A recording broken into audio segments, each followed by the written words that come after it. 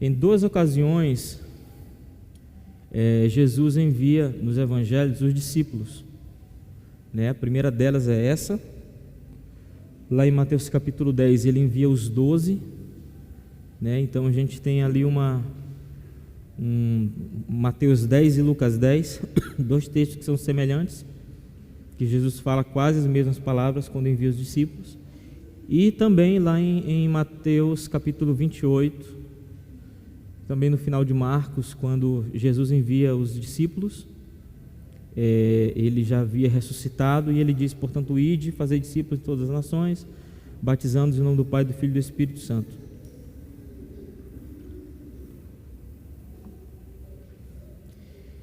Essa ordem que nós lemos aqui em Lucas capítulo 10, ela é uma missão, né? Uma missão designada para a igreja. A missão de evangelizar, diga evangelizar. Você pode dizer evangelizar? Expulsar demônios e curar pessoas. Ok? Expulsar demônios, ele é um ponto diferente substancialmente diferente de curar pessoas. Porque curar, você cura uma pessoa, ok? Você não cura uma cidade, por exemplo.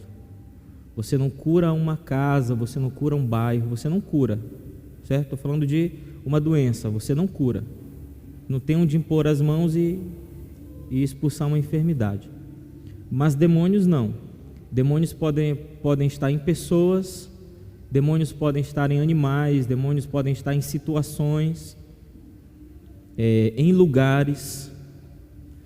Então a ação de demônios, ela é uma ação muito sutil e muito velada.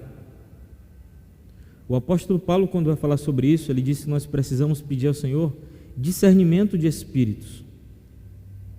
Exatamente por causa disso, por causa dessa característica de sublimação que os demônios têm.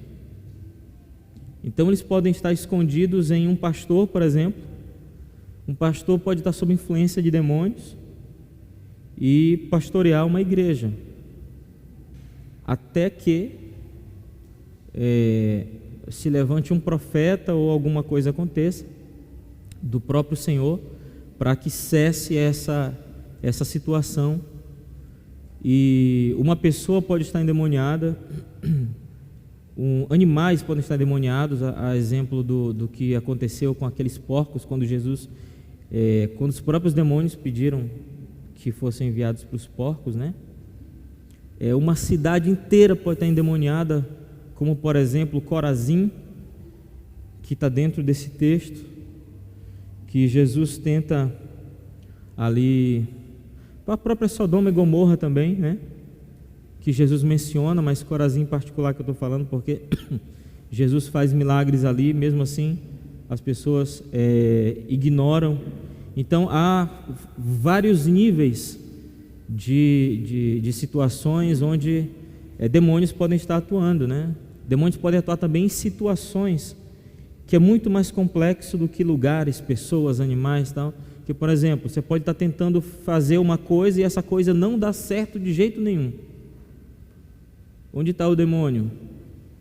Na situação, tentando te atrapalhar, não deixar com que você desenvolva ou aconteçam coisas, né? Você já tentou fazer uma coisa e não consegue terminar essa coisa? Pode ser você mesmo, sendo não constante e tal, mas pode ser demônio também, te atrapalhando de cumprir. Então, a missão da igreja, né? O que aconteceu aqui nessa situação, Jesus envia 70 discípulos de 2 em 2 para vários lugares, e eles tinham uma missão muito difícil, que era o que está no primeiro versículo, era se adiantar nas cidades e lugares onde ele havia de ir. Está no final do versículo 1. Irmãos, Essa é a nossa missão primordial, se adiantar ou anteceder a chegada de Jesus em algum lugar. Às vezes, você começa a fazer uma missão, como por exemplo, Pastor José, depois se você puder assistir o vídeo da terça-feira da MCM, Pastor José conta o testemunho da viagem dele para Varanasi, não, para Somália agora, e ele dá uma notícia, fala também sobre Varanasi e tal, e ele fala sobre o crescimento da igreja, se eu não estou enganado, na Somália, de um crescimento de 800%. E esse crescimento de 800%, na verdade, talvez eu esteja equivocado com relação aos números, mas se eu não estou enganado, quando ele começou a obra lá, tinham 8 crentes, e agora tem um pouco menos de 1.000, 12 anos depois. Se você observar isso dentro de uma cidade, se você for pensar numericamente,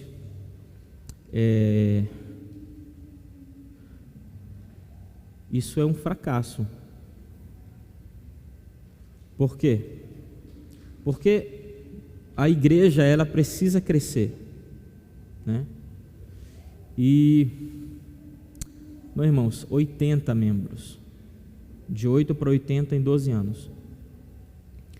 Se você pensar, isso teoricamente é um fracasso, porque uma igreja que cresce tão pouco, para o molde brasileiro, é uma igreja fracassada. Só que esse não é o molde de Deus, definitivamente, não é o modelo de Deus, porque a igreja, ela deve ser uma igreja em cada lugar. Cada igreja em cada lugar tem as suas características, são diferentes, têm chamadas diferentes, fazem coisas, portanto, diferentes, as dificuldades são diferentes. Por exemplo, na Somália você não pode evangelizar, você não pode entregar folhetos, você não pode fazer nada. Basicamente 100% das pessoas são muçulmanas. E você sabe sobre a lei do Islã, que se alguém se converter, a pessoa é morta, a família também e tal, aquela coisa toda. Se o missionário for pego, então acabou a vida dele, tudo, acabou tudo. Então, na verdade, irmãos, 8 para 80 em 12 anos é um grande sucesso. Esses principados que regem países, cidades, estados, tal, eles são, o próprio nome fala, né, principado, vem de príncipe. Eles são comandantes, são demônios comandantes de hostes demoníacas, que comandam coisas que devem acontecer em cidades. Chove ou não chove, né? Chuva é boa, mas nem sempre. Muita chuva é ruim. Então o demônio faz chover demais numa região que não pode chover e causa inundações e tal, aquela coisa toda. Pode fazer não chover em algum lugar que precisa de chuva. E assim vai. Aqui no Brasil tinha uma empresa chamada Cacique Cobra Coral, eu já falei para vocês sobre isso, né? Essa empresa era sediada, se eu não estou enganado, em Brasília, e até os governos de 2017, 2016, essas empresas, elas tinham contratos com os governos, e o contrato era para que eles comandassem espiritualmente o clima de algumas regiões. Então, por exemplo, a região do Rio São Francisco, ao invés do governo providenciar transposição de água do Rio São Francisco, para regiões muito áridas, eles contratavam o terreiro de macumba para fazer trabalho de macumba para chover. E o resultado? Continua árido do mesmo jeito, não choveu, e continua com os mesmos problemas, até que agora finalmente a transposição do Rio São Francisco foi concluída e a gente está comprando morango do sertão, por exemplo, né? Pera do sertão, maçã do sertão brasileiro. graças à água que chegou com técnicas de irrigação feitas com dinheiro. Pronto. Para você ter uma ideia de como essa questão é séria, e não é só a igreja que vê isso. Nós precisamos ser um pouco mais espirituais. Essa empresa, eu soube recentemente que ela faliu aqui no Brasil, né? Ela fechou, e ela abriu uma filial na China. Isso para mim é estranho, porque os países comunistas, eles são o quê?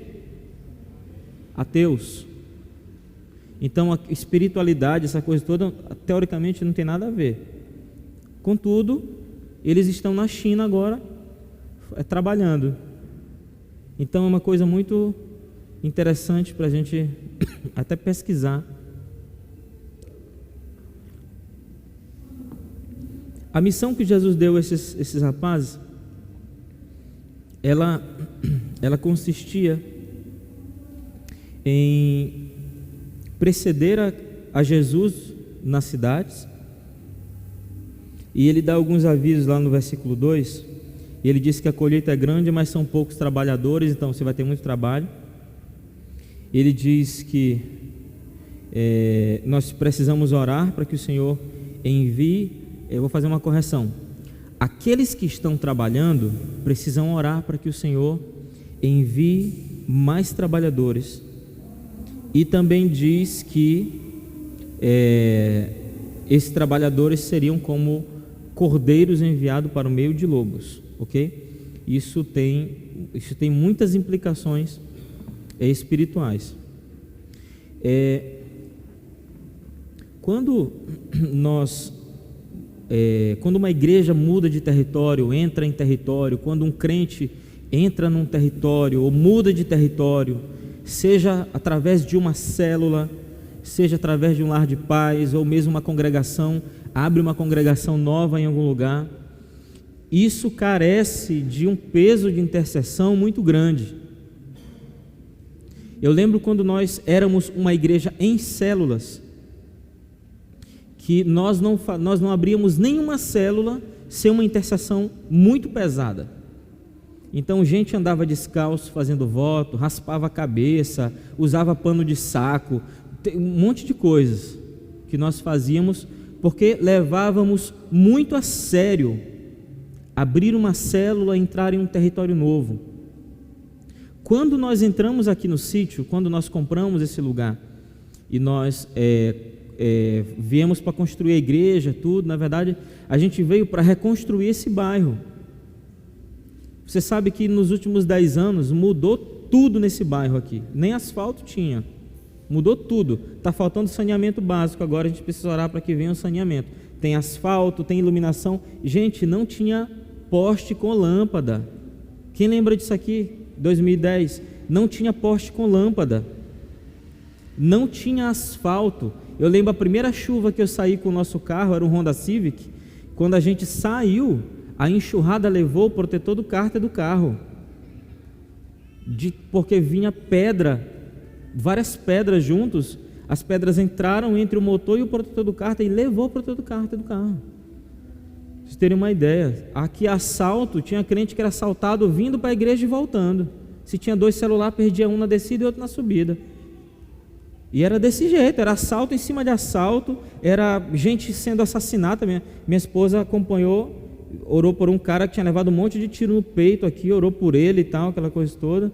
Gente, um quadro de pânico, assim que era quando a gente chegou. O que aconteceu? Eu quase morri na chegada. Talvez vocês não saibam, mas nós começamos uma limpeza aqui na igreja, aqui exatamente nesse lugar onde nós estamos agora. Tinha um mato alto assim, era muito alto. A gente entrou com a máquina de cortar grama que tínhamos. A máquina queimou 3 vezes limpando, só para vocês terem uma ideia do tanto de mato que tinha aqui. Queimou 3 vezes. E eu adoeci de acho que era, né, Rosiane, uma infecção intestinal, alguma coisa assim, né? Muito forte, irmãos. Muito, mas assim, uma coisa absurda, que eu passei muitos dias de cama. E uma coisa que aconteceu é que, nesse período, nós tínhamos vários profetas na igreja. Vários profetas. E os profetas, eles estavam orando, diferente dessa situação agora que nós encontramos, nós passamos.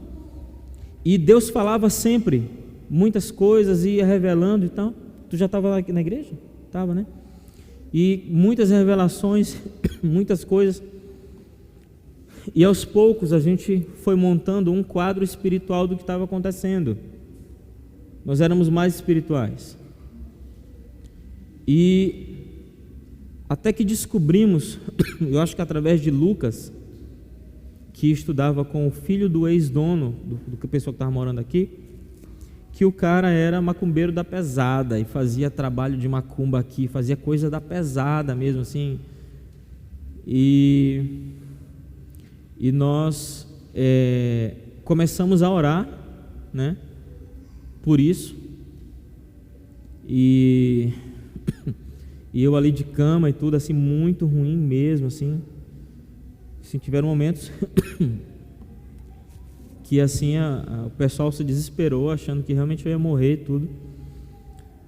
Até que um dia, um grupo de profetas da igreja se reuniu, entraram com minha esposa lá no quarto onde eu estava, e eles fizeram uma oração com uma direção espiritual muito acertada.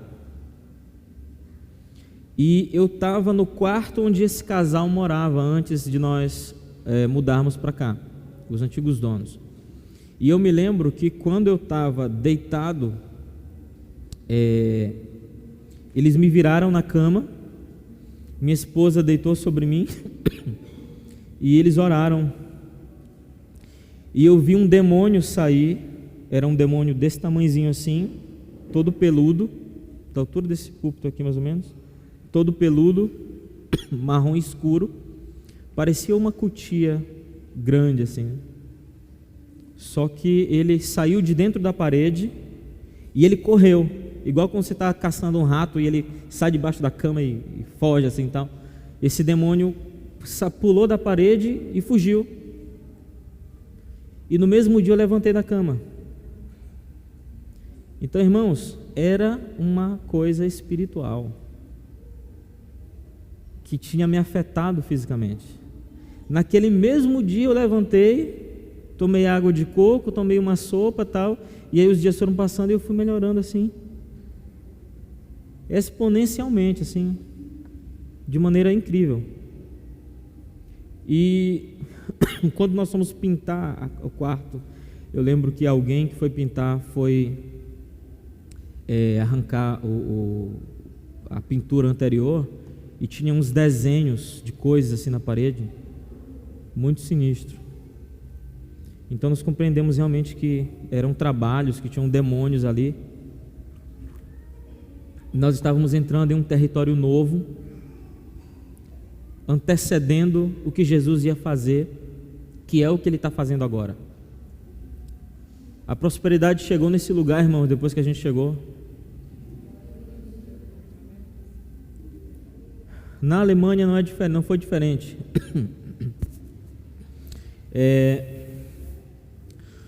Nós recebemos uma palavra profética na Alemanha, que nós vamos entrar em Portugal, Inglaterra, Polônia, França e Holanda. 5 países novos. A gente está na Alemanha, recebemos essa profecia. Onde você acha que vai bater o problema? Se a igreja não tiver espiritualmente atenta, vai bater só no para-raio, que sou eu. E foi o que aconteceu. 5 novos territórios e mais os problemas da Alemanha. Irmãos, nós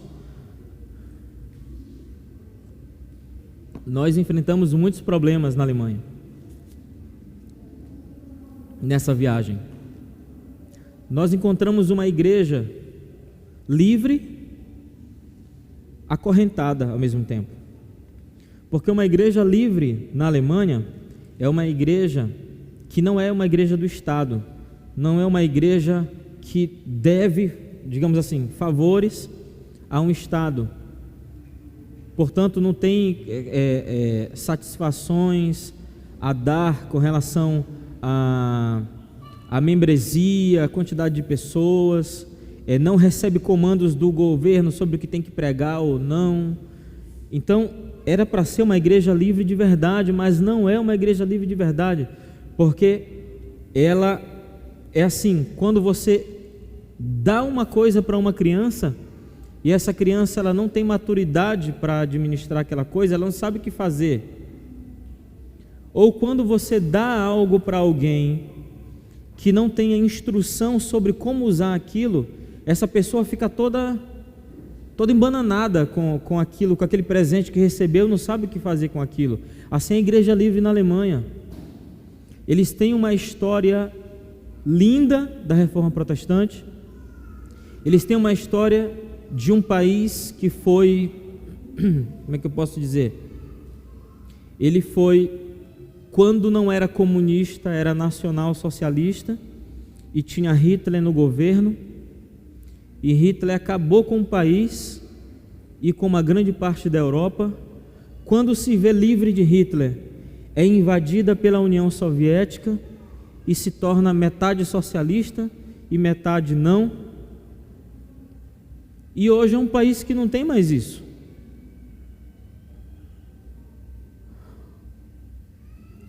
E não sabe o que fazer com a liberdade que tem. Então, o resultado disso é que a gente encontra uma igreja livre, onde irmãos não querem ter uma igreja, por exemplo. Nós estamos envolvidos com um grupo de irmãos que tem irmãos que são crentes, mas não querem uma igreja, porque acham que uma igreja não é bom ter uma igreja, porque se evangelizar sem igreja vai alcançar mais. No entanto, não evangeliza e não ganha ninguém. Nós temos irmãos que querem ter uma igreja, mas não sabem como ter uma igreja, porque trabalham demais e acham que não podem ter uma igreja. Nós temos irmãos que acham que igreja é só a igreja do Estado. E nós temos outros que não sabem nem o que quer, que vai com o que aconteceu, o que acontecer está tudo certo. E ainda temos profetas que criticam tudo e ao mesmo tempo não fazem nada, só entrega folheto, mas não discipula ninguém, só aponta pecado, mas não leva solução, nem a palavra de Deus para a solução daquele problema, apenas aponta e não entrega solução, não entrega uma profecia, não faz nada. Então, esse quadro nós entramos no dia 31 de outubro desse ano. E encontramos também uma igreja em Berlim, onde o pastor ele foi, como é que eu posso? Ele foi brutalmente atacado pelas trevas.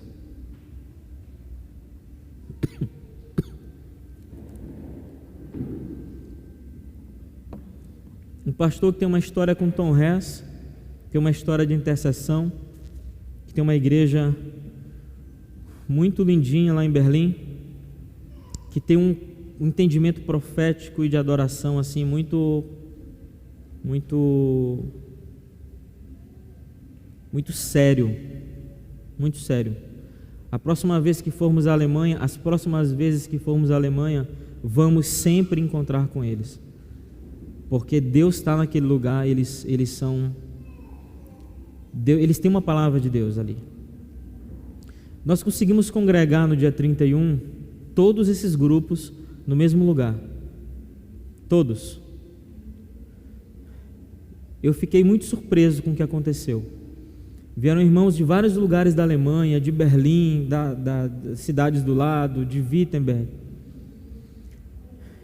Vieram irmãos também que vieram por nossa causa fazer um outro evento similar ao nosso, mas a gente sabe que por nossa causa eles vieram e fizeram ali. Quanto mais coisas de Deus acontecerem melhor, embora a motivação do cara seja muito errada, mas acredito que Deus pode fazer alguma coisa ali e depois corrigir aquela situação. E acontece que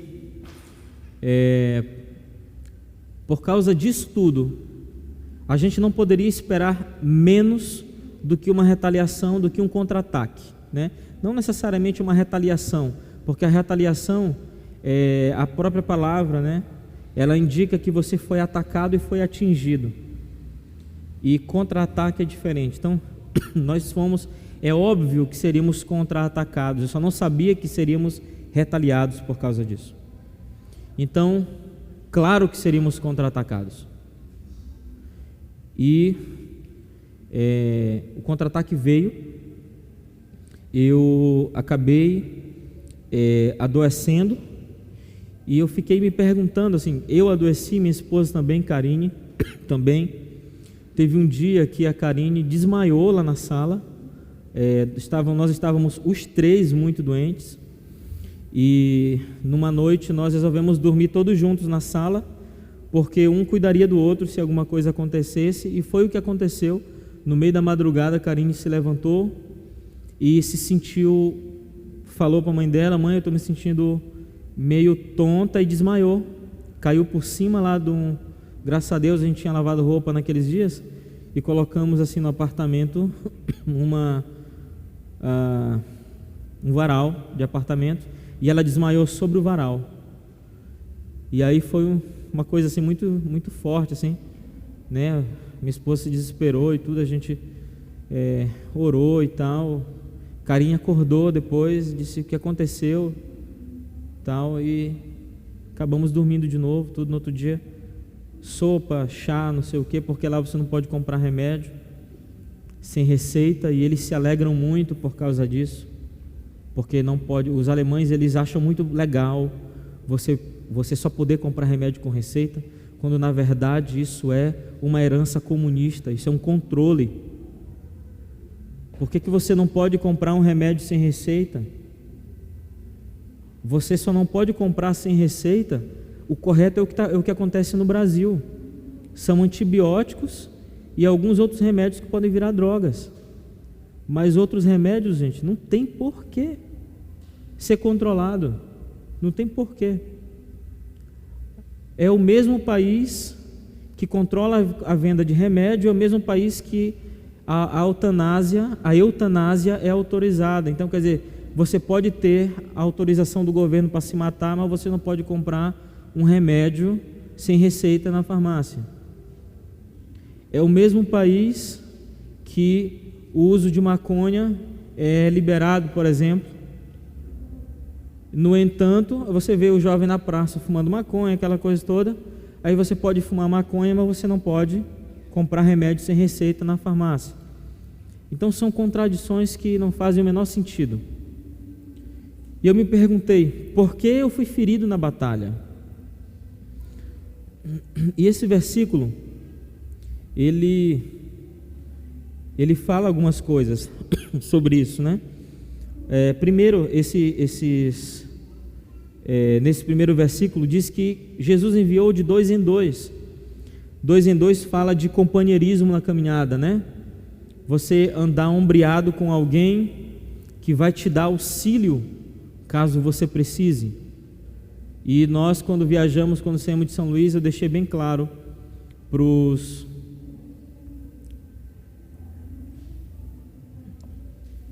para quem estava viajando, que nós... Só um instantinho, tá?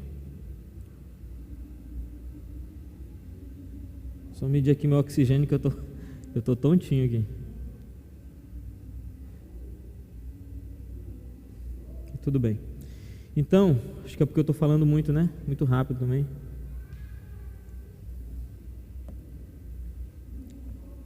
% 95%, tudo bem. Eu falei para quem estava viajando, nós estávamos viajando na qualidade de companhia profética. Então, Sidney, o Eziel está aí? por aí, né? Sidney, Eziel, profeta Ricardo, Armando, né? Então, todos tinham liberdade espiritual para profetizar, para ter visões, para anunciar, para falar coisas, né? Todos tinham liberdade. E o que a gente observou foi pouca revelação, na verdade, né? Muita ação e pouca revelação. Aqui na igreja também aconteceu a mesma coisa, né?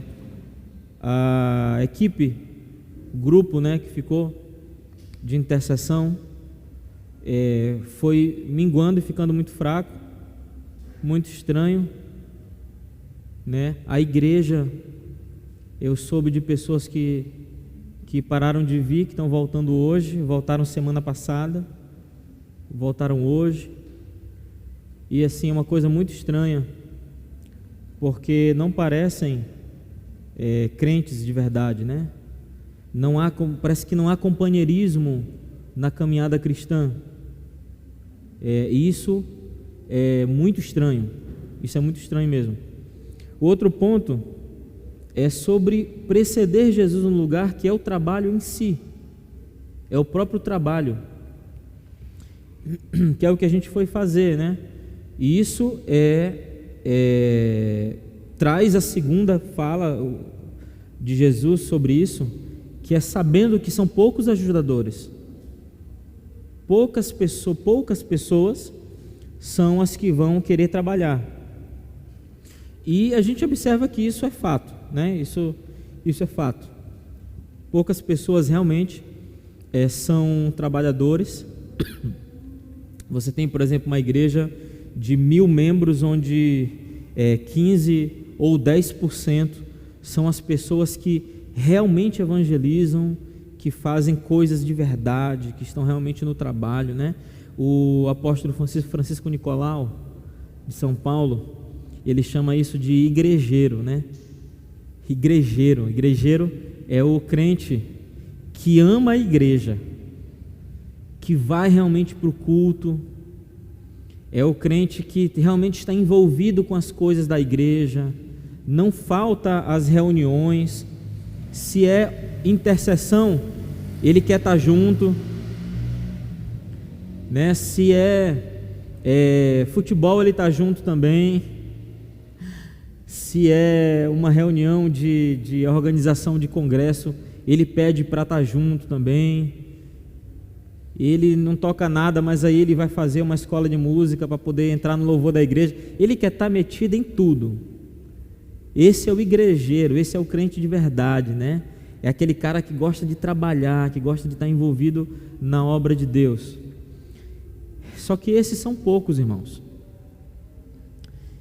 Quisera todos nós fôssemos assim, envolvidos com a igreja, crentes igrejeiros, como diz o apóstolo Nicolau, né? Pessoas assim que querem realmente fazer o que a Bíblia chama de reino de Deus. Amém? Reino de Deus. Jesus também diz que por causa disso nós precisamos pedir ao Senhor da colheita, o Senhor da obra, que envie ajudadores. Isso me faz pensar que já que são 15%, 10% da igreja que realmente faz a obra, faz o reino de Deus, esses 15% devem ser os intercessores para que a igreja tenha mais ajudadores. Amém?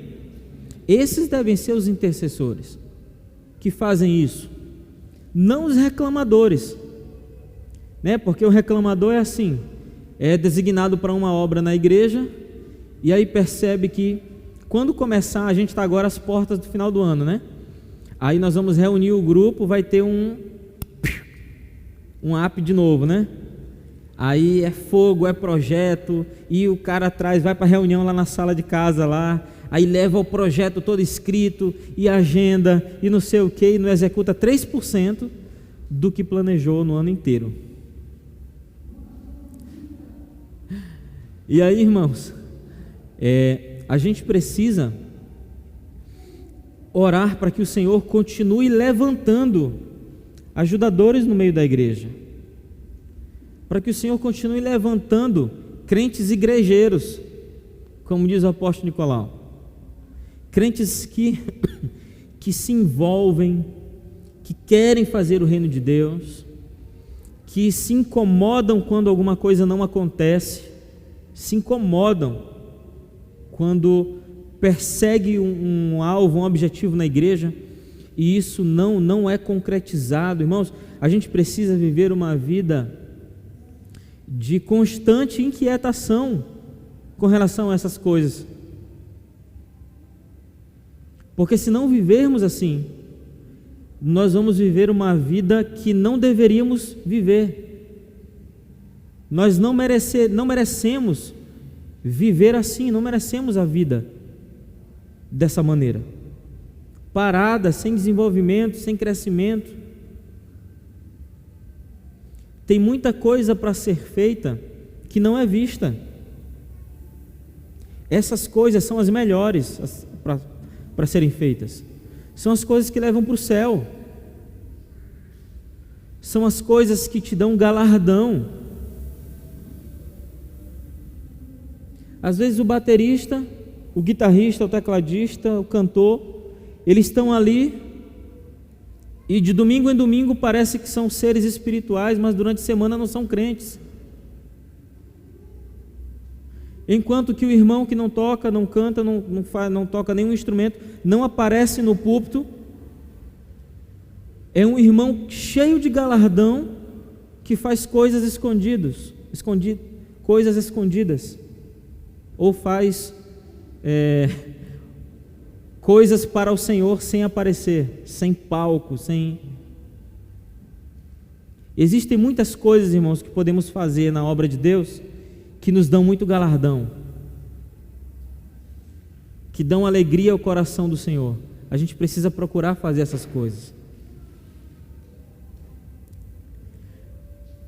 E Jesus também lhe diz que nós seremos enviados, esses trabalhadores serão enviados como cordeiros no meio de lobos. Ou seja, para uma luta desproporcional, uma luta a qual não venceremos, porque cordeiro não ganha de lobo, não vence lobo, cordeiro não bate em lobo, ok? Isso é um fato. Por que Jesus disse que iríamos seríamos enviados como ovelhas ou cordeiros para o meio de lobos? Por causa do nível de guerra. Ele não queria dizer que perderíamos, porque em Cristo nós somos mais do que vencedores. Ele queria dizer, irmãos, que a guerra ia ser muito difícil,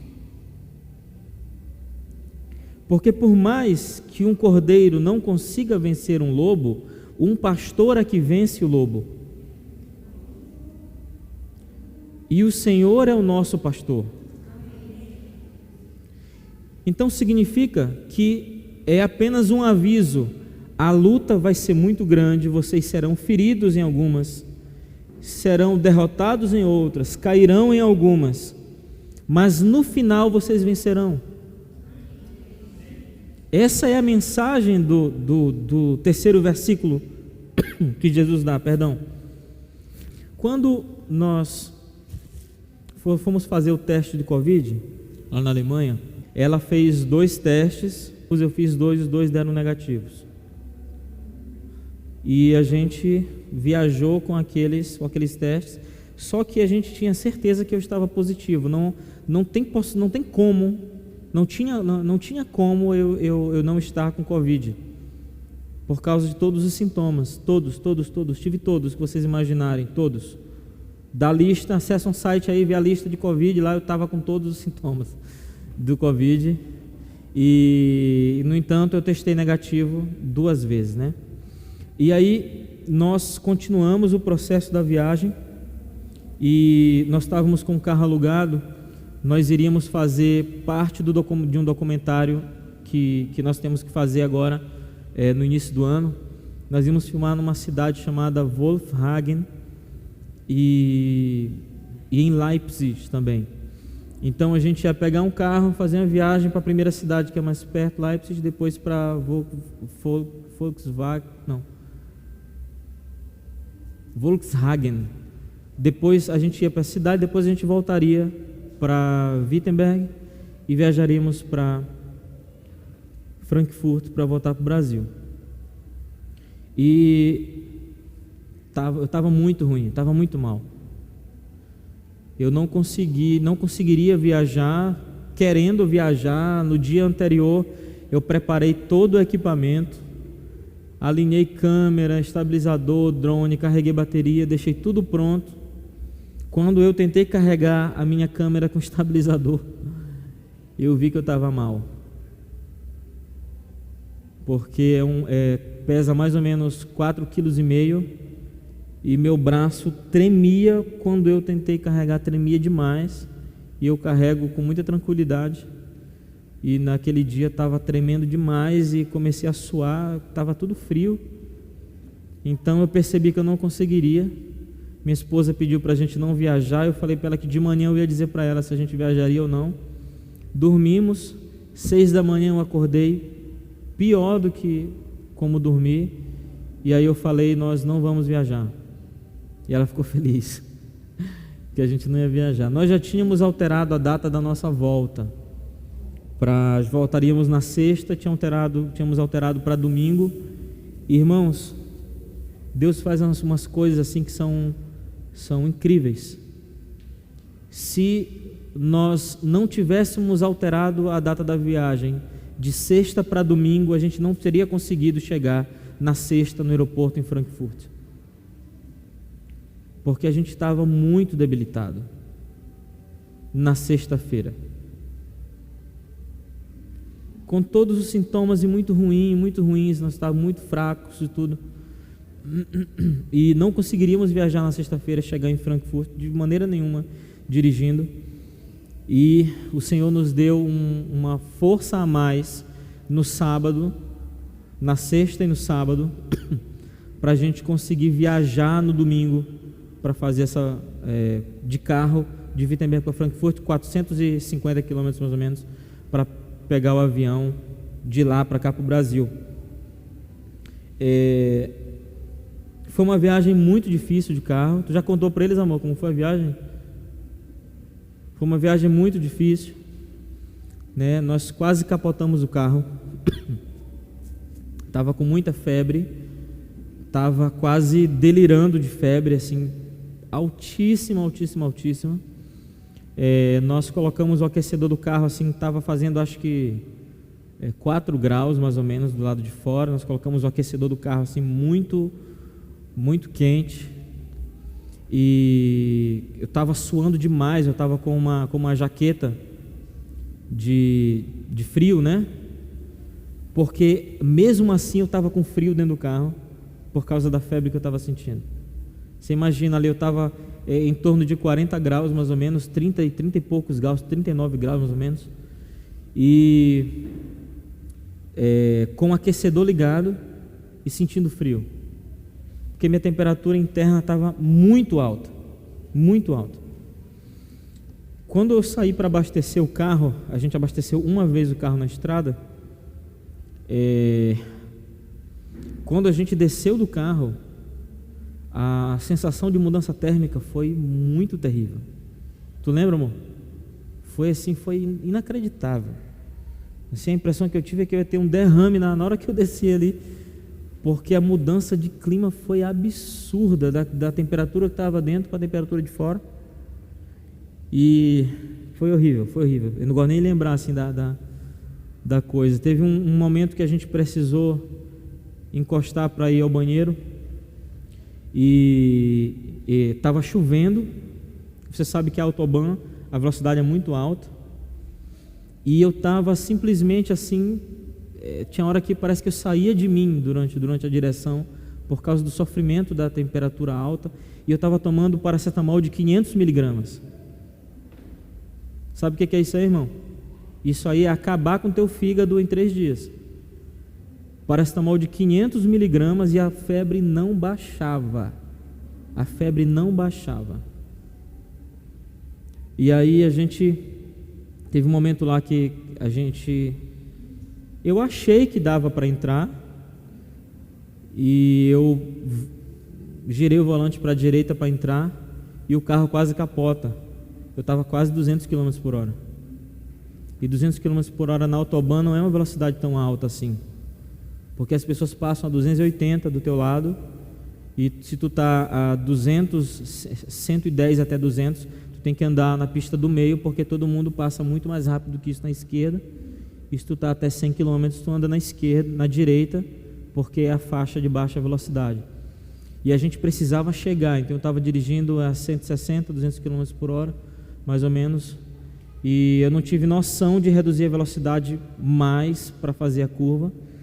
Quando eu virei o volante, o carro andou na diagonal e quase a gente bate numa bifurcação. Só não aconteceu um acidente mesmo, porque o carro, aquele carro era muito tecnológico e o volante corrigiu só. Eu liguei o piloto automático do carro e ele estava o tempo todo corrigindo, porque eu sabia que eu estava muito debilitado. Então ele sempre corrigia o volante para mim. Então o carro corrigiu o volante. E aí, irmãos, eu vi a nossa vida passar assim, num flash, assim, foi terrível. E depois a gente continuou dirigindo até Frankfurt. Chegamos no aeroporto ali. Os aeroportos não tem mais termômetros na porta, né? Então a gente conseguiu entrar no aeroporto tranquilo, tal, aquela coisa toda. E fomos fazer o check-in com a nossa bagagem, entregamos as malas, tudo. E água o tempo todo, paracetamol, muita fila para tudo. E havia um alvoroço muito grande no aeroporto, porque parece que naquela época tinha chegado à Europa a nova variante do coronavírus, essa que está aí agora, a Omicron. Então havia um alvoroço muito grande, né, no aeroporto, na Europa, com relação a isso, né? E um político falava uma coisa, outro falava outra, tal. No aeroporto tinham caras vestidos todos de aquelas roupas, né, de capuz, com viseira transparente, tudo de branco, tal, aquela coisa toda. Tinham muitos chineses vestidos assim. A gente achou muito estranho aquela situação, assim, uma coisa muito estranha. Muitos alemães também vestidos daquela forma, né? E engraçado que eles entravam eles saíam de portas que eram na parede, entravam em portas assim. Era uma coisa muito estranha, assim, parecia negócio de outro mundo, assim. Mas havia um clima muito estranho, assim. As pessoas estavam nervosas no aeroporto. O voo da segunda-feira, isso era domingo, o voo da segunda tinha sido cancelado e as pessoas do voo de segunda receberam uma proposta da Latam: ou vocês viajam no domingo, ou vocês viajam na terça. Todo mundo quis viajar no domingo. E aí o nosso voo ficou lotado, não tinha nenhuma poltrona disponível na aeronave. E isso é coisa difícil da gente ver. Uma aeronave ali de 300 passageiros, não tem nenhuma poltrona, isso é muito difícil. Irmãos, eu entrei no avião, nós entramos ali no avião, sentamos na poltrona e foi um grande alívio, porque a gente estava com a sensação de que já estava no Brasil, todo mundo falando português, os comissários, tripulação falando português, tudo. Quando a aeronave decolou, eu fui até o chefe dos comissários lá atrás para conversar com ele. E eu falei para ele assim, eu disse: olha, eu estou muito mal, eu estou com a febre muito alta, acabei de fazer uma viagem de 5 horas de carro, eu não comi nada, só tomei café da manhã, e eu estou aqui quase desmaiando. Aí ele falou assim para mim: se você quiser, a gente chama um médico.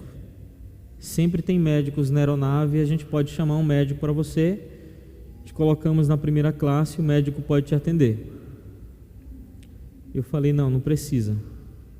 Você quer que eu mande pousar a aeronave? A gente pode pousar a aeronave em algum país aqui do lado, e você pode ser atendido em solo. A gente pode chamar uma equipe médica do aeroporto e te atender em solo.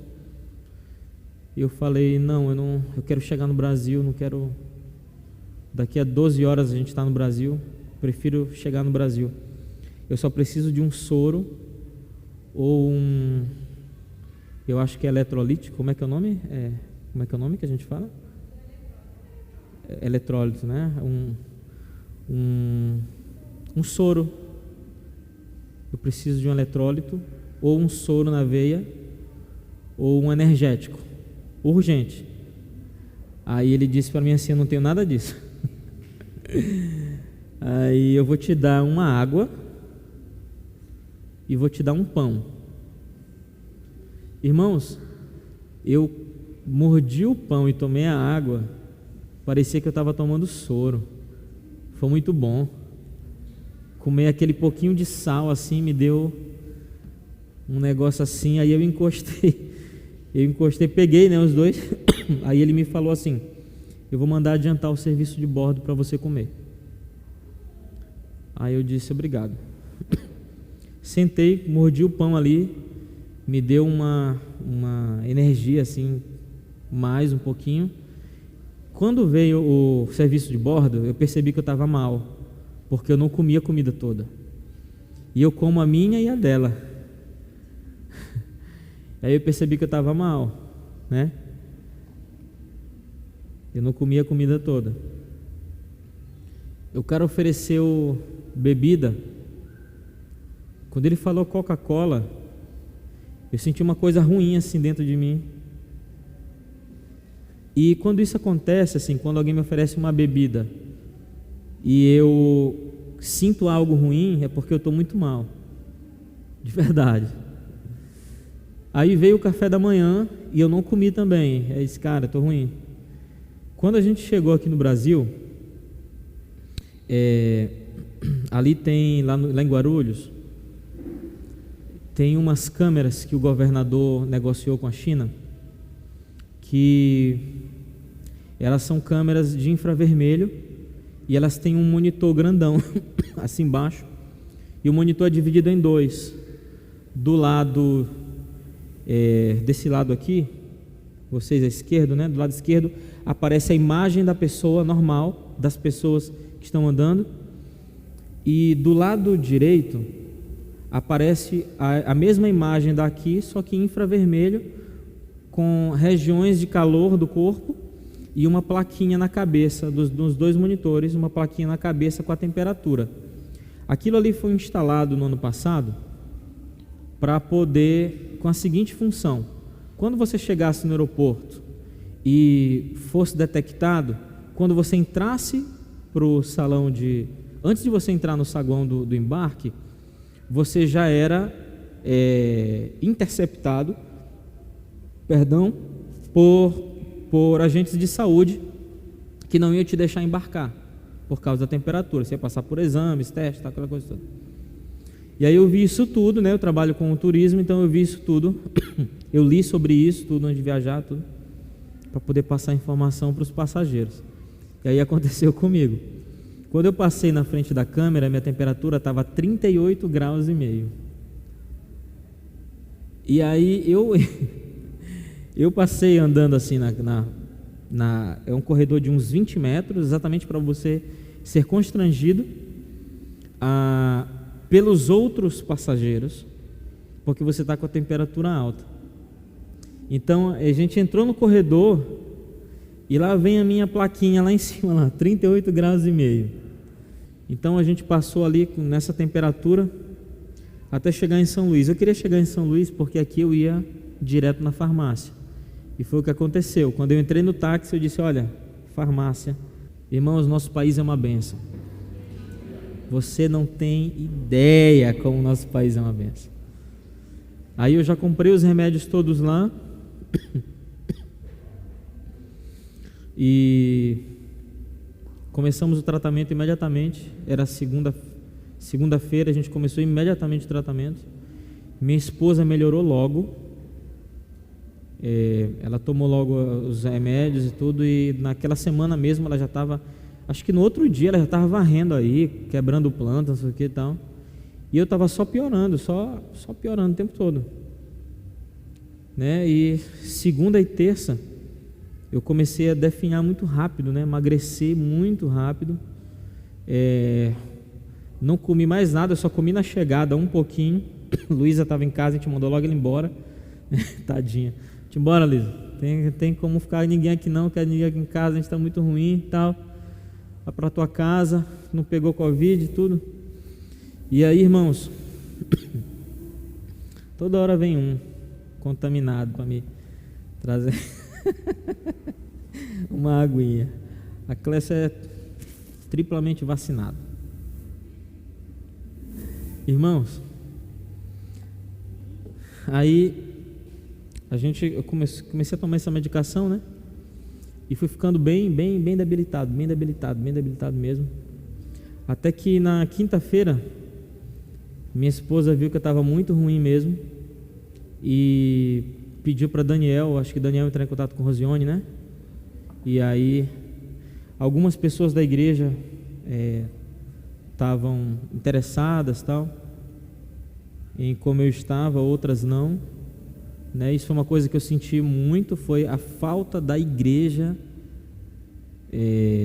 com relação à minha situação de saúde. Eu senti muita falta da igreja. Eu percebi que a igreja estava ignorando, e eu perguntava para o Senhor o que estava acontecendo. Por que a igreja estava desconectada, né? Dessa forma, assim, desconectada. Não sabia como orar, não sabia o que perguntar, nem como perguntar, e nem perguntavam. E aí a gente teve auxílio de poucas pessoas, na verdade, né? Isso foi bom e foi ruim, porque eu estava falando com a Alisson, por exemplo, que foi uma das pessoas que estava dando apoio aqui para a gente. E o que eu estava falando? Que ponto? Sim. E aí eu falei com ele, eu acho muito melhor a pessoa vir me ver, porque lembra do que Jesus falou, né? Eu estive doente e não me visitaste, né? Aquele diálogo lá entre o que fizeram e não fizeram para o Senhor. E eu reclamei com a Alisson, eu disse: Alisson, é muito melhor as pessoas virem e eu do vidro lá da sala, de longe, dizer o que está acontecendo e pedir para a pessoa se afastar e ir embora depois, do que ignorar, do que não vir, do que não visitar, né? Então isso me incomodou muito durante o meu momento de doença, porque eu sou pastor. Imagine os perdidos, eu pensei. Tive fome e não me deste de comer, estive nu e não me vestiste, estive doente e não me visitaste. Então parece que há assim uma desconexão das verdades bíblicas, dos princípios bíblicos, como se a igreja estivesse vivendo somente a sua vida particular, sem se importar com os outros, sem se importar, de verdade, sem se importar, né? Aquela coisa do não vou falar os problemas porque já tem muitos problemas, não vou contar tal coisa porque já tem muita coisa na cabeça. Não, irmãos, nós não somos velhos e nem crianças, nós somos dois adultos, nós somos saudáveis mentalmente, nós sabemos falar, conversar. Essa coisa que às vezes a igreja cria, isso é do diabo. E vocês precisam parar com isso. Na quinta, quando Rosiane veio, ela trouxe uma enfermeira lá da equipe dela. E eu tava assim muito debilitado, né? Naquele dia, eu estava chegando no pico da doença. Elas trouxeram soro, um negócio que eu chamo de pó ressuscitador, uma latinha de um leite lá, com não sei o que, com óleo de unção dentro, como diz o pastor Nathaniel, raiz de cinamomo, folha de oliveira, um monte de coisa dentro assim. Não, é um, como é que é o nome, Rosiane? É um suplemento vitamínico. Gente, aquilo é ruim demais. Mas, gente, só aquilo que eu estava conseguindo comer. Era a única coisa. Aí foram tentar colocar um soro na minha mão e jorrou sangue assim. Eu não entendi aquele negócio, não tinha visto aquilo lá. Muito desidratado, né? Irmão, jorrou sangue assim que melou a moça, melou a rede, melou a roupa dela, melou o chão. Minha esposa perdeu a cor, ficou nervosa. Quando o soro entrou na veia, quando começou a circular na corrente sanguínea, eu quase desmaiei. Eu caí assim na parede, e todo mundo correu, me segurou, me sentou. Foi muito complicado naquele dia, mas eu estava muito debilitado, foi muito ruim, foi muito difícil aquele dia. Na sexta-feira eu precisei de novo de soro, e aí foi a vez da Dani com o Armando, trouxeram um soro e uma vitamina, arrocharam a vitamina lá no soro. Eu comecei a suar, o negócio, eu estava muito mal. E tomando aquele negocinho lá do suplemento vitamínico lá, a única coisa era meu café da manhã, almoço, jantar e lanche, era só isso. Nada mais, não conseguia comer nada, irmãos, não comia nada sólido, nada. Até a água era difícil comer. Eu só comia o suplemento vitamínico porque eu sabia que aquilo ia me manter vivo para combater a doença e tudo. E daí chegou a sexta-feira, veio a Dani com o Armando, né? Me deram o soro de novo, segundo dia do soro, com vitamina e tal. Irmão, mas naquele dia foi o pico da doença. Aconteceram algumas coisas naquela madrugada que foi muito difícil. Eu já estava em contato com um médico da MCM, ele estava me dando apoio assim, direto, assim, de madrugada, de manhã, de tarde, de noite, me ligava, falava comigo, tá? Assim, era muito, tem uma assistência muito boa assim pra gente. Eu comecei a sentir uma falta de ar na sexta-feira, que foi o dia do pico mesmo. Comecei a sentir uma falta de ar muito forte. E aí eu liguei pro Dr. Wesley e ele me disse para eu deitar de bruço. Ele já tinha me falado isso na quinta e na sexta de novo. Disse, deita de bruço porque isso vai te salvar. Tu está no dia do pico. A gente fez os cálculos todos, tá? Tu está no dia do pico. Se tu não conseguir respirar, tu tem que ir para o hospital. A gente não tinha ainda alugado o oxigênio, a gente alugou só no sábado. E aí eu deitei de bruço, já estava com muita falta de ar, 1h mais ou menos. Deitei de bruço e consegui respirar, né? Deu certo. E aí eu senti que eu ia conseguir passar a noite de novo, para no outro dia comprar o oxigênio. Só que aí começou a faltar ar. Aí eu fiquei preocupado, porque se o que salva não estava dando certo, então eu ia ter que ir para o hospital. E eu não sei qual seria o procedimento, que eu não conheço, mas eu acredito que provavelmente seria intubação, porque eu já estava num processo muito alto. Eu estava com o oxímetro e quando eu aferi a minha a minha oxigenação estava dando 65. E aí, irmão, 65 já corre para o hospital. Tem mais condição de ficar tentando sobreviver, não tem condição. 65, eu fiquei muito preocupado. E um dos problemas de quando você está com falta de ar é o desespero, porque a sensação de falta de ar, ela é tão ruim quanto a própria falta de ar. Você tem, por exemplo, uma pessoa que sofre de claustrofobia, né? Ela entra num elevador e ela tem a sensação de que vai ficar sem ar. A sensação tira o ar dela. Então, nesse aspecto, o oxímetro me desestruturou.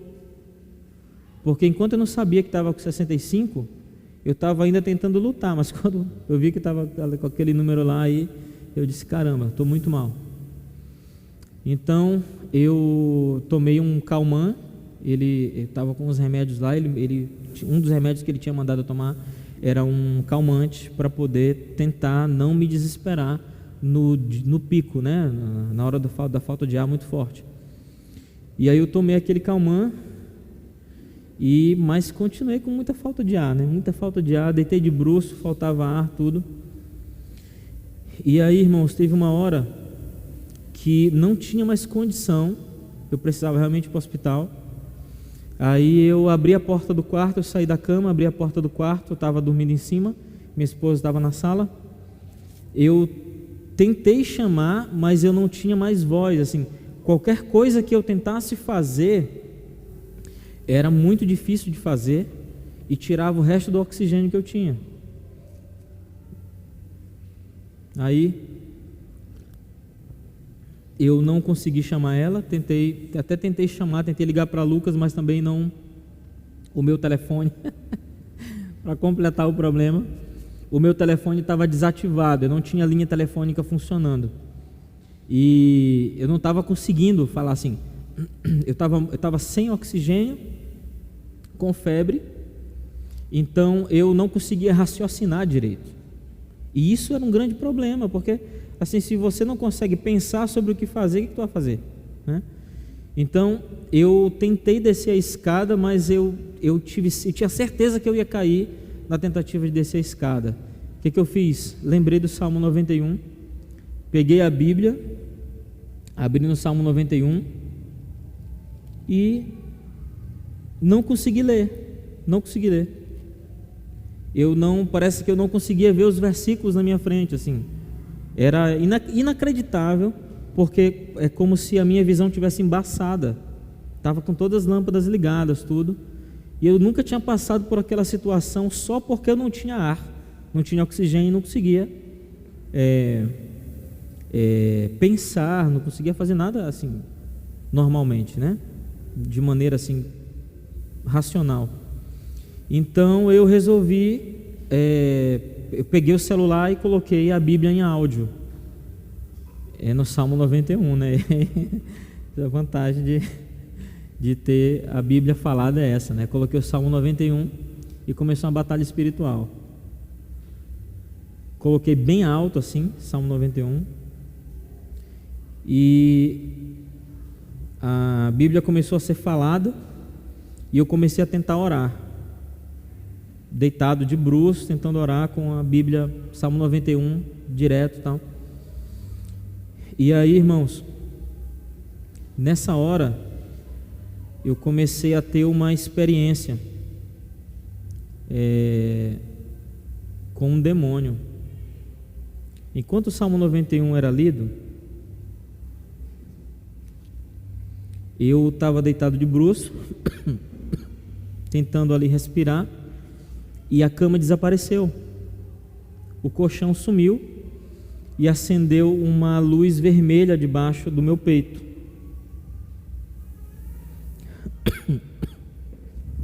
Aí eu pensei assim, eu estou delirando aqui, viajando na maionese. E uma coisa que acontece quando você não tem oxigênio é que você você não tem noção geográfica das coisas direito. Não sei se alguém já passou por essa situação aqui, Mas assim, às vezes você vê as coisas de cabeça para baixo, assim, é uma coisa muito louca assim. Quando eu comecei a tomar oxigênio também, eu tive essa sensação de que eu estava vendo as coisas assim muito aceleradas, diferente de quando eu estava sem oxigênio. No oxigênio, no tanque, né, no cilindro, eu tinha a sensação de que tudo estava muito acelerado, que meu coração estava batendo muito forte, de que as coisas viravam assim de cabeça para baixo. E sem oxigênio a sensação é de que as coisas eram muito devagar assim e tal. E o colchão desapareceu. Eu virei o rosto para o outro lado assim na cama, para ver se eu estava vendo o quarto mesmo, se era um sonho, uma coisa louca assim. E eu vi tudo, estava lá os móveis, tal, os livros, a Bíblia, tal. Eu bati assim no colchão, sentia o colchão, mas não via o colchão. E aquela luz acesa ali, vermelha debaixo, e não tinha nada, era só a luz e não tinha nada, assim, era um vácuo escuro, era apenas preto, não tinha mais nada, a luz vermelha, o preto através da luz e só. E eu flutuando, deitado de bruço, quando eu ouvi uma voz monstruosa, uma voz assim tipo de demônio, assim, que a gente ouve em filme e tal, uma voz assim bem grave, gravíssima. E essa voz começou a gritar comigo em alemão, começou a me xingar primeiro, começou a me xingar, dizer que eu era maldito e tal, assim, várias coisas e tal. E ele começou a dizer que ia me matar,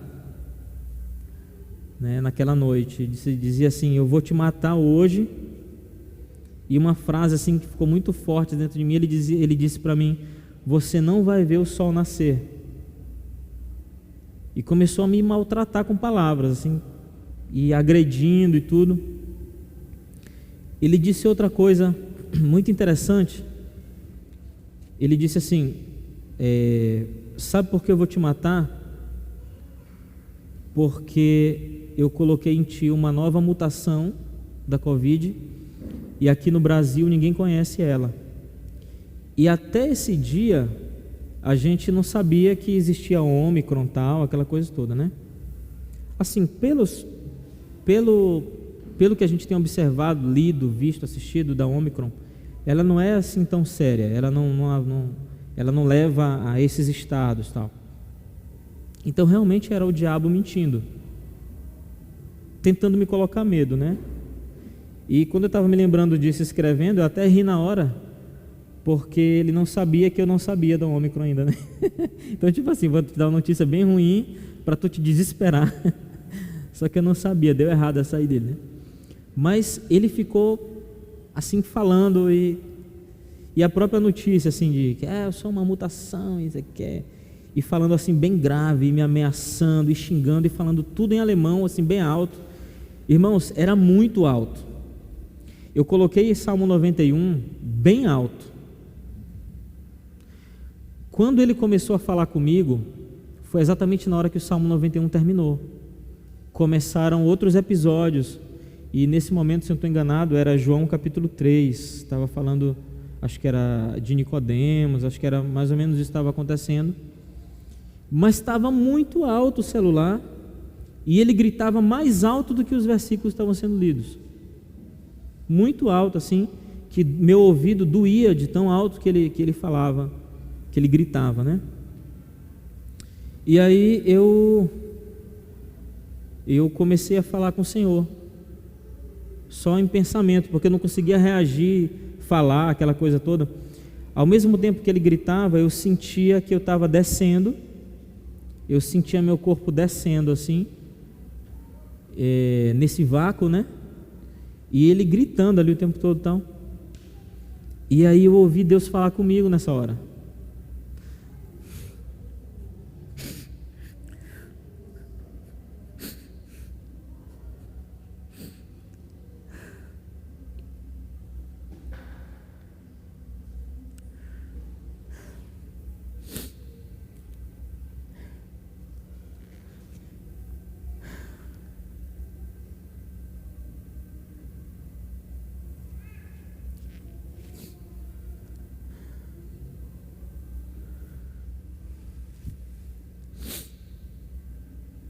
eu ouvi o Senhor falar para mim: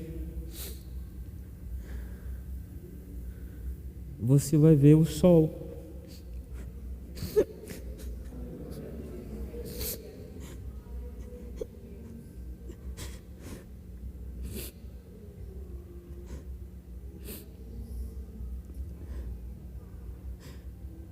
Você vai ver o sol hoje de manhã. Aí eu apaguei.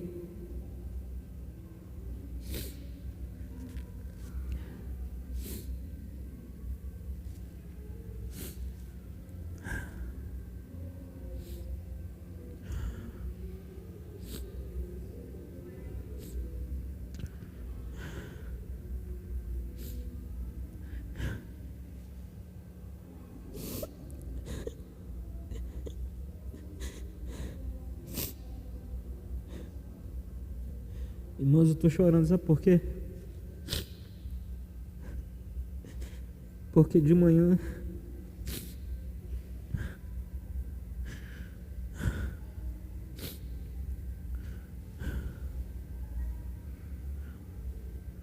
eu comecei a receber um monte de mensagens.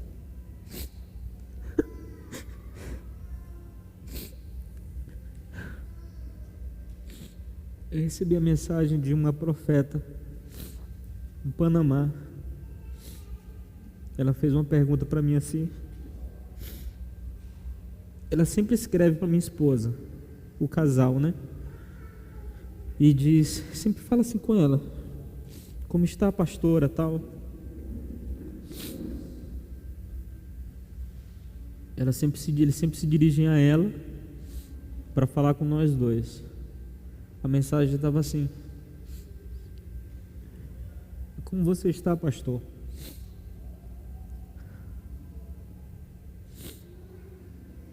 Eu acho que você não está bem, nós estamos orando por você. A mensagem estava lá quando eu acordei.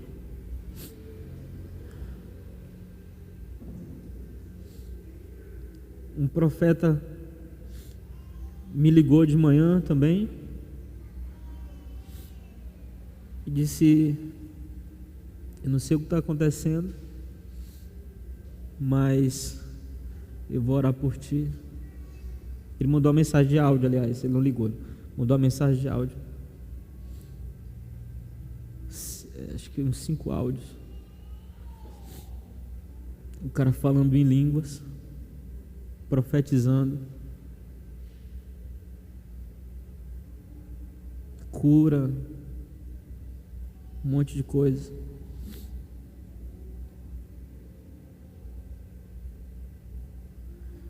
E disse que a gente vai voltar para a Europa antes do que a gente imaginava. A gente está planejando voltar na Europa em 2023 só. Mas ele disse que a gente vai voltar mais rápido do que a gente imagina. Só se for do Senhor mesmo. Porque voltar sem cobertura de intercessão, irmãos, nunca mais.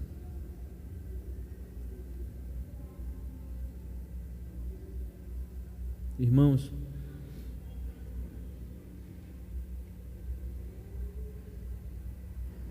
pastores de vários lugares mandaram mensagem para mim. Deus levantou uma intercessão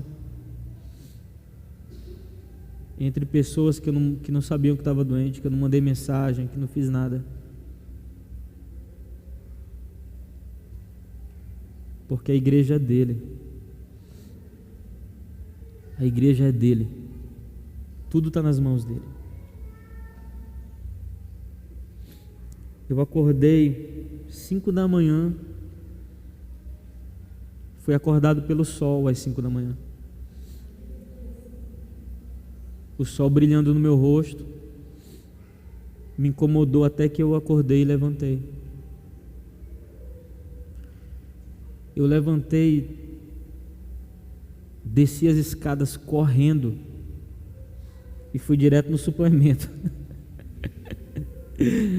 Fiz uma xícara de suplemento e disse pro Covid: tu não vai me matar não. Tomei um copo de suplemento vitamínico, fritei um ovo, que eu não sei nem como foi que eu comi, eu nem me lembro como foi que eu fritei, como eu comi. Eu só lembro que era forçado, assim, tipo assim, ou tu come ou não passa mais uma noite. E aí eu comecei a lutar, e eu me lembro que o tempo todo eu ficava me perguntando onde está a intercessão da igreja, né? Onde está a intercessão da igreja? Onde está a guerra? Onde estão os guerreiros? E Deus me lembrava dessas mensagens que eu tinha recebido no sábado, tudo, me falando quem era a igreja, onde ela estava, onde estavam os guerreiros. E eu falei com o Dr. Wesley nesse dia, nesse sábado, e a gente teve que agir agora muito urgente. Fomos fazer uns exames de sangue, os números foram terríveis. Compramos oxigênio e muitas outras medicações. Os números de inflamação, microtromboses, assim, eram sempre muito alarmantes, muito complicado, assim. Eu estava realmente a ponto de morrer a qualquer momento, de ter trombose, de ter AVC, parada cardíaca, respiratória. Eu sofri muito com a doença. Eu fiquei num estágio muito avançado mesmo, né? Essa doença, ela ataca pessoas assim de várias formas diferentes, né? Por causa da saúde, algumas doenças pré-existentes, né? Algumas coisas que acontecem, ou no meu caso, sem explicação. Estava bem, não estava sentindo nada, talvez tinha uma imunidade baixa ali escondida de alguma coisa, tal, muitos dias viajando, mas o fato é que me atingiu dessa maneira, né? E eu acabei ferido na guerra, mas não fui vencido.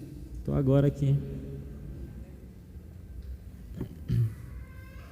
E o diabo vai ter muito trabalho agora, porque não conseguiu me derrubar.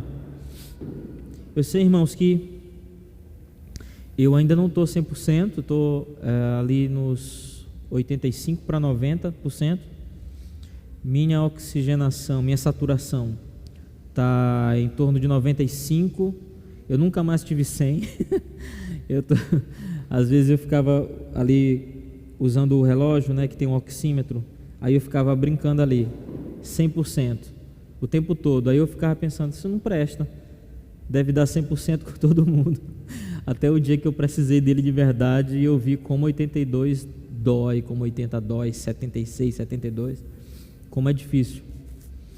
E agora eu estou lutando para chegar no 100 de novo, né, e não consigo. Tá 95, 96, 92, 97, não dá nem 98, nem 99, nem 100. Mas essa semana vai dar em nome de Jesus. Essa semana eu vou chegar no 100% de novo. Tem dia a dia eu estou melhorando, né? Aos poucos estou melhor. Todo dia tem sintomas diferentes, assim, coisas que vão aparecendo e tal, mas que elas são realmente por causa do problema que eu passei, né? De um pulmão muito comprometido, dedímeros muito altos ainda estou com dedímeros e ferritina muito altos, né? Isso indica um combate a uma inflamação, diz que há uma inflamação, mas que ela está terminando, porque os números estão diminuindo, né? Eles estão diminuindo semana após semana. Eu queria que fosse muito rápido, eu queria que fosse amanhã que eu tomasse o remédio e amanhã eu tivesse bom, mas infelizmente não é assim, é devagar, né? Então eu preciso fazer muitas coisas, eu preciso voltar ao trabalho, né? Tem muitas coisas pendentes para resolver, da igreja, do museu, da nossa empresa também, de casa, mas eu não posso, infelizmente, eu não posso me arriscar a gripar, por exemplo. Eu não posso gripar, pode acontecer nada disso comigo ainda, né?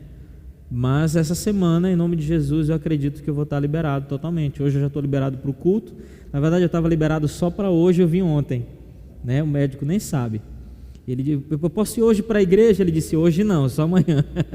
Aí eu acabei vindo ontem e hoje, né? Ele nem sabe disso, né? Mas a questão, irmãos, é que nós vamos entrar em novos territórios. Nós temos uma promessa e nós temos um comando. Tanto a promessa quanto o comando a gente precisa obedecer, né? O comando é de Mateus 28, que a gente precisa entrar em novos territórios, a gente precisa evangelizar pessoas, a gente precisa fazer alguma coisa para o reino de Deus. Amém? A gente precisa fazer. O segundo é a indicação profética dos territórios, né? Aí fica fácil. Quando Deus disse para onde a gente deve ir, então a gente precisa direcionar as nossas orações para sustentar aqueles lugares, para Deus poder fazer a obra dele e nos levar. Não é porque ele falou desses territórios que a gente vai pegar agora, comprar uma passagem e viajar. Não, a gente vai primeiro orar e aí as coisas vão acontecer como aconteceu com a Alemanha. Amém? A minha pergunta é, quem quer ir? Se você não quer ir, você não é um crente. Porque isso aqui não é um clube social. A igreja, ela não é para a gente se confraternizar. Ela é um lugar para a gente trabalhar. Amém? É um lugar para a gente trabalhar. Se você tem uma ocupação ou uma idade que você acha que você não pode, você está muito enganado. Porque tem missionários que viajam só nas férias, por exemplo, do trabalho. Ou vão para o campo missionário e fazem alguma coisa ali. E tem gente de tempo integral que vai para morar e ficar lá e ponto final, para fazer o trabalho do Senhor. A única coisa que o Senhor não te chamou é para você congregar, ficar parado na igreja. Para isso o Senhor não te chamou, a igreja não é para isso. Você não se converteu para ficar na igreja. É paradoxal, mas é verdadeiro.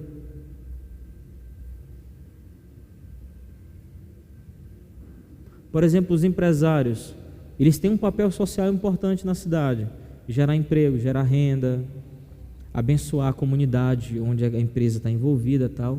Mas o empresário é um privilegiado, porque ele faz o tempo dele, e ele pode escolher 15 dias, uma semana, fazer uma viagem missionária. O que a gente tem feito com o nosso dinheiro, irmãos? Você ter comprado só remédio e comida com o teu dinheiro, você está errado. Você precisa ser uma igreja madura, uma eclésia madura, uma igreja que sabe que deve ir para outro território, que sai desse mundinho, dessa coisa parada, de ficar indo terça, domingo, quinta, e não faz nada além disso. E toda vez que não tem programação, sabe o que acontece quando tem programação na igreja? Você quer se desviar. Todo ano no mesmo período. Aí enfraquece. Eu estou fraco na fé, porque não sei para que Deus me chamou. Gasta esse teu dinheiro com o reino. Gasta esse teu dinheiro com o reino. Nós precisamos ser crentes, irmãos, de verdade. fazer a obra de verdade, viajar de verdade.